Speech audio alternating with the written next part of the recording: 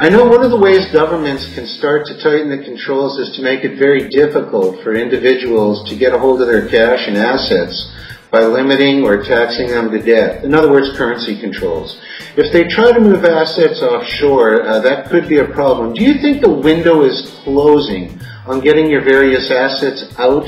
And if so, do you think it's a good idea to act now by moving some or all of them? In other words, diversifying into perhaps safer locations or havens? Absolutely, I would agree with that, diversity is something that every investor needs to consider, and diversity of sovereign jurisdictions is one that people don't really understand or consider, but that's could potentially be one of the most important. Now, my other blog that I have, besides my silver blog, is my Bitcoin blog. The Bitcoin is a very, very unique thing to come out, and the Bitcoin may not be the most successful in what it's attempting to do. There may be other cryptocurrencies. They're rapidly coming day by day.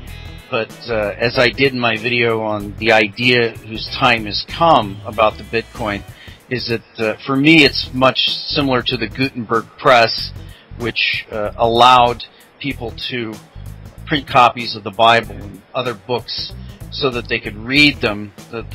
The information was available to the masses. These cryptocurrencies have the ability to defeat capital controls, and it's as simple as memorizing a password in your head.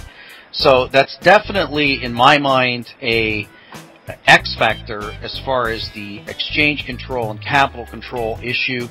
Now, from what I understand, it's still possible to use certain services. I know Simon Black has mentioned those services that allow you to export your physical metals to another country. I know that James Turk has various jurisdictions where people can have their metals held. So there are more and more options, but then again, I also think that the window is definitely tightening. We look at the U.S. forcing foreign banks to comply. You saw the Swiss pretty much roll over, and there seems to be a clamping down. So I don't know how it's going to shake out. It's definitely the heat is turning up on that issue. Brother John, it looks like the spread between spot silver and the actual real cost of physical silver is expanding pretty rapidly. I remember the good old days when we can buy junk silver well below spot. But today, I believe it's running around 16% over spot and getting worse. And at times it's even hard to find. Any guess on where this is heading and how fast? And of course we're not holding you to it, because never put a value and a time in the same sentence. I'm well aware of that. Well, that's good advice. I think I mentioned the last time I was on a roundtable with Chris Duane, we were talking about how we agreed that junk silver is probably the best place for beginners to start. And we speculated about how perhaps the coins would begin to disappear in denominations, maybe the dime first and then the quarter, and it wouldn't be that difficult for people to buy those out.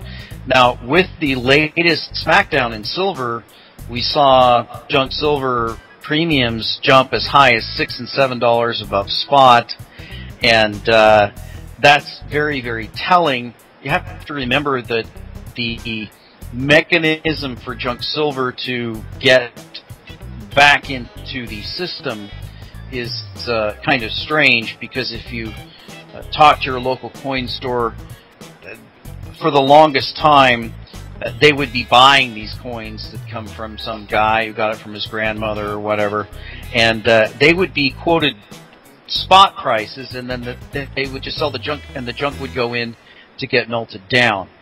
Now, my guess is that there isn't as much junk flowing in to those coin stores, and there isn't that much junk being turned around and sold. I don't have those figures. I did calculate those figures on a spreadsheet at one point and did a video on that, which gave the totals for every single coin that was minted, and I don't remember what it was. It was in the billions, but then you have to try to calculate in the melt that occurred in '79, and when we look at an inflation-adjusted price, we're talking about people were looking at $250 an ounce, inflation adjusted. So my guess is that a very large amount of the junk was melted in that price spike. So it's quite possible that we could see a evaporation of the available supplies on that junk silver. That there really isn't that much out there when you look at the price and you look at the demand. Brother John, this will be my last question, but obviously I'm a big believer in setting up a home in what many consider to be a third world country. Living where the strong arm of the government is much less organized and overreaching, it still amazes me how almost nobody even knows where the term third world originated from, but still people tend to label it negatively and incorrectly. For my last question, any guess on where your readers stand on getting the heck out of Dodge to have that all-important and possibly life-saving backup plan or destination? Well, it's definitely something that we're working on, and I agree absolutely that, I said for a very long time that you can't really set up a totalitarian police state.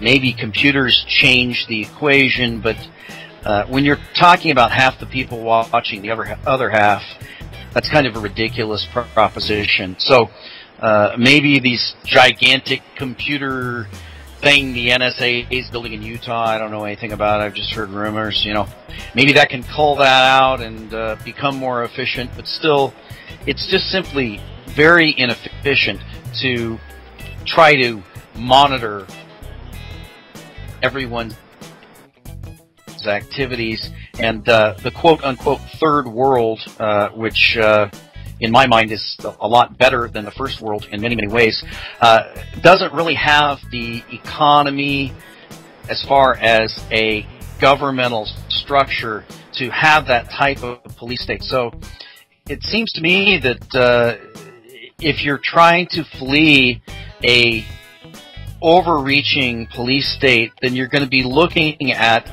economies that are growing and that are local, and economies that are what are called quote-unquote third world, but simply don't have the economic strength to impose that type of tyranny. And so what you're doing, what others are doing, again, in Thailand, in Chile, in Peru, in Mexico, maybe at some point they'll be wealthy enough to begin to impose that sort of thing. But then again, maybe the United States will be so poor in the fairly near future that that type of system will collapse. Hopefully that's the case, because Big Brother is a really bad thing. I think England is the forefront of that, with the camera on every corner, and they just seem to be going full steam ahead on that. And hopefully people vote with their feet and do what you're doing and do what we're talking about doing, and just move away with their abilities, their capital, and everything else. Brother John, thanks for taking the time and doing this interview together. Please tell my readers the easiest way to find you so they too can stay better informed. Sure, they can go to brotherjohnf.com. That's our blog, Brother John F on YouTube. We also have a blog called thebitcoinchannel.com, and it's Bitcoin Channel on YouTube. Brother John, it's been a sincere pleasure, and continue to be blessed. Until next time, this is Barry and Dear R, and I'm out.